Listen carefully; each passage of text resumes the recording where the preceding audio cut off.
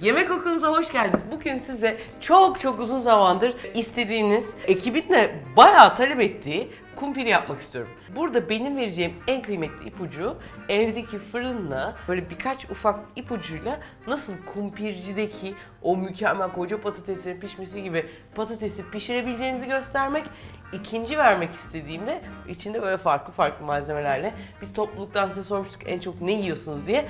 O cevaplar artı ekibin artı bir de benim kumpirde bunları seviyorum dediğim şeyleri karıştırarak böyle birkaç tane de farklı kumpir yapmak istiyorum. Çok daha fazla uzatmadan başlamak istiyorum. Hazırsak başlayalım. Başlayalım mı?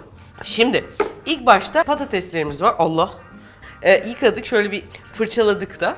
Şimdi kendisi birazcık böyle kalbe benziyor, altı ince ama mümkünse aslında her tarafı böyle tombalak bir patates olsa tercih. Ama bu ara patates bulmak bile, bu boyutta patates bulmak bile bir ayrıcalık olabiliyor. Şu galiba biraz daha iyi buna göre. Bunu ne yapacağız? Hiçbir şey yapmadık, yıkadık, sadece temizledik. Ondan sonra fırın kağıdına şöyle sarıyorum.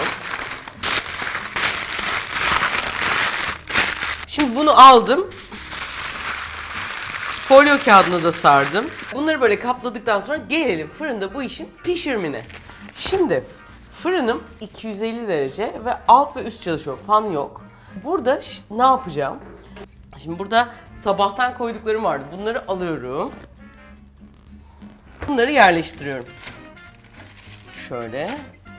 Ve mühim olan şey aslında dar bir fırın yapmak. Onun için de mesela bunlar bir tık daha küçükse eğer şöyle yerleştirdim. 0'a 0. Yani 0'a 0. Bunun için eğer mesela biraz daha büyükse tepsiyi ters çevirebilirsiniz. 0'a 0 yerleştirip o dar alanda minik bir kumpir fırını yapıyoruz. Ve bu haliyle 250 derecede yaklaşık 50 dakika pişiyor. Bu içi kağıtlı kağıtlar aslında 220'den sonra ufak kenarlardan yanmaya başladığı için öyle bir şeyde hani yanmasın ki hiçbir zararı da aslında yok.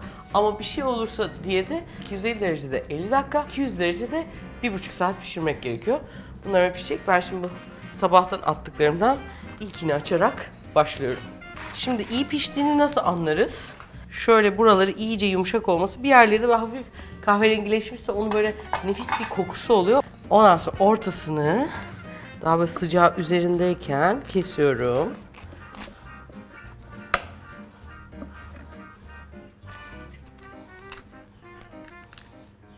Böyle puf diye sıcağı çıkıyor. Şimdi burada tereyağım var. Bu sivri bıçakla olunca daha fazla etrafını bozduğum için tahta bir bıçakla daha kolay. Şimdi bu ortadaki patatesli kısmını böyle hafif oyarak tereyağını karıştırıyorum. Tereyağı burada ilk başta en önemli olan şey. Bir parça da azıcık da tuz ekliyorum. Patatesin yeterince piştiğini nasıl anlıyorsun? Dışı hafif yumuşuyor ama böyle aşırı yumuşak da olmaması lazım. Mesela şurası hafif sertleşmiş. Bir kısım yeri de böyle fırına değen. O da hafif böyle renk değiştirmiş. Onun böyle minik tatlış bir is kokusu oluyor. O koku da olduğu zaman patates olmuş demektir. Şöyle karıştırıyorum. Daha bol da tereyağı aslında alır. Normalde bayağı koyuyorlar. Şöyle bir yaklaşık bir tatlı kaşığı kadar tereyağı koydum. Şimdi bu patatesin bazı. Biz sorduk kumpir yapalım mı diye topluluktan. Orada 18.000 kişi evet diye cevap verdi. Bizi dinledik ve yapıyoruz. Orada sonradan neleri içinde seviyorsunuz diye sorduk. Onun içinde dediler ki sosis, kısır, turşu, mısır hep isteniyor böyle şeylerde. Ben çok sevmiyorum ama gene de koyduk kenara. Garnitür, Amerikanlı garnitür. Ev ortamında Amerikanı baştan yapmak epeyce başına uzun bir süreç olacağı için ona ufak bir kolay bir refika dokunuş yapacağım. Hazır böyle sıcağı üstündeyken ilk yapacağımız bir diğer şey de bu kaşarı rendelemek olacak. Şöyle içine daha da ekliyorum. Şimdi böyle kaşarla beraber güzelce karıştırıyorum. Hafif uzamaya başlıyor. Böyle. Bu işin bizim kumpir bazımız hazır. Şimdi bunun içerisine hazır sıcağı üstündeyken neler koyabiliriz? Burada bir parça garnitürüm var. Evde hızlı Amerikan yapabilmek için bu konserve garnitürlerden alıp şöyle birazcık mayonezle karıştırıyorum. İçerisine ben muhakkak bir parça karabiber koyuyorum. Azıcık, çok azıcık da tuz, çünkü garnitüründe bir parça tuzu var. Ve ocağımı açtım. Buna birazcık şimdi sosis de ekleyeceğim. Garnitür içine koyuyorum.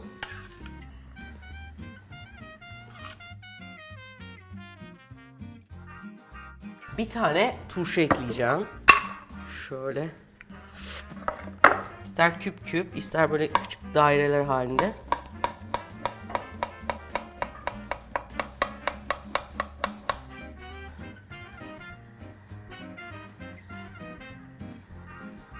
Başka ne istersiniz? Buna kısır isteyen var mı mesela bunun üzerine? Yok. Sosis mi? Burada bizim minik sosislerimiz var. Sosisleri ben biraz ocakta pişireceğim, haşladım. Sosis tarifimiz de bu kadar büyük, daha büyüğü var. Şuradan ulaşabilirsiniz. Hazır sosis de koyabilirsiniz. Şimdi 2 dakikada falan bu pişecek. Üzerine de bunu ekleyebilirim. Birazcık acı istiyor sanki. Sosisimi size böyle hafif yarıyorum. Bu arada yani bu sosisi yapmadıysanız şiddetle tavsiye ederim. Bayağı sosisçi sosisi gibi de kokuyor bu arada. Şimdi bu sosis parçalarını da koyuyorum. Şöyle bir parça daha ekledik mi? İlk kumpirimiz yemeğe hazır. Bu ne kadardı Ortaköy'de? 20 lira. 20 lira. Biz herhalde bir 8-9 liraya mal etmiş oluyoruz. Tek tanesi daha bile ucuz olabilir.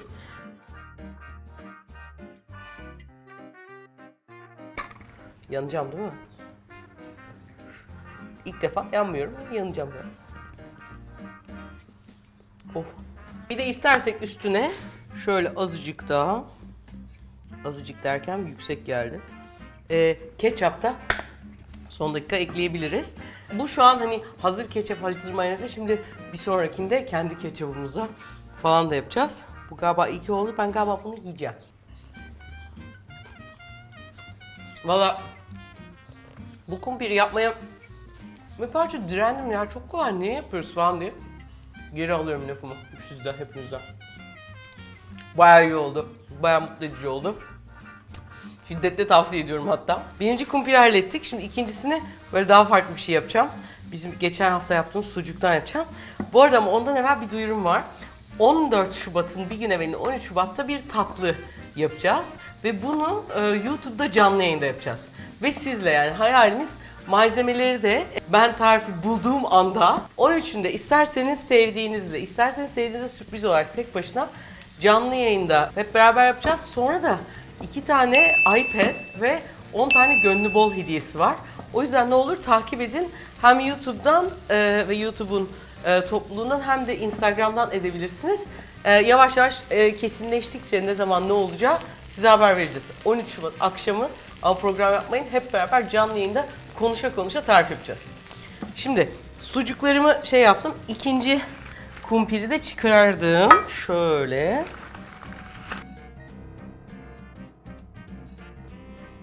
Şimdi olmuşluğun buradaki yumuşaklığı hissetmek mümkün. Burada da hafif bir kahverengilik var. İstediğim şey tamamdır. Şöyle ortadan yardım. Ve yine klasiği bir parça tereyağını.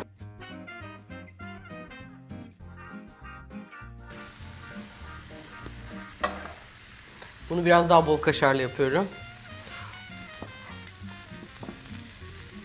Çektiğimizde de böyle uzayacak. Amaç bu.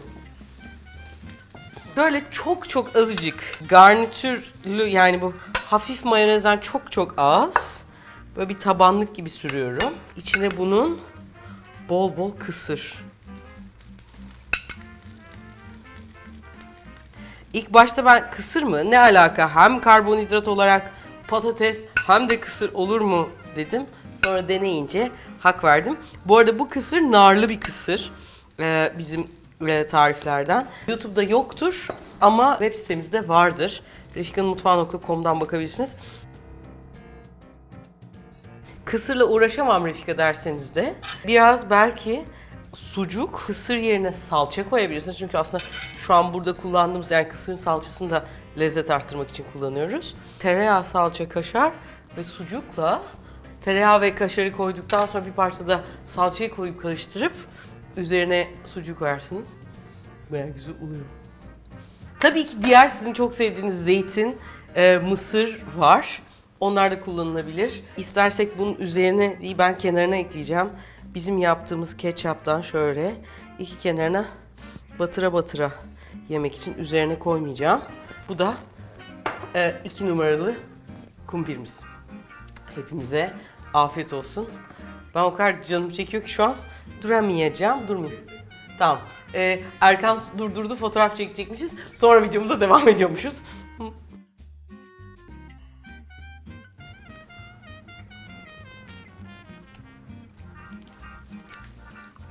Bulgurla patates yemeğin bu kadar seven biz Anadolu insanı olabilir ancak diye tahmin ediyorum.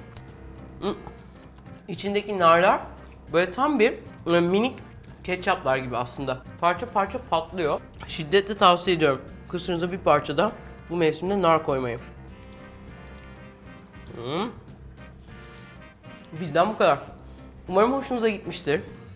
Başka da yapabilirsiniz ama bu tarz patatesi fırında yaptığınızda ne kadar güzel olduğuna inanamayacaksınız. Düz fırında yapmakla bunun arasında çok ciddi fark var. Umarım hoşunuza gitmiştir. Hoşunuza gittiyse videomuzu beğenmeyi, kanalımıza abone değilseniz de kanalımıza abone olmayı lütfen unutmayın ki bu yemeklerden daha bol yapalım. Her şey için çok teşekkürler. İyi ki varsınız. Görüşürüz. Bay bay. Umarım bu videoyu beğenmişsinizdir. Beğendiyseniz bunun gibi bir videom daha var. Ona şuradan ulaşabilirsiniz. Kanalımıza abone değilseniz de şimdi tam zaman derim. Ona da şuradan ulaşın. Anlaşalım.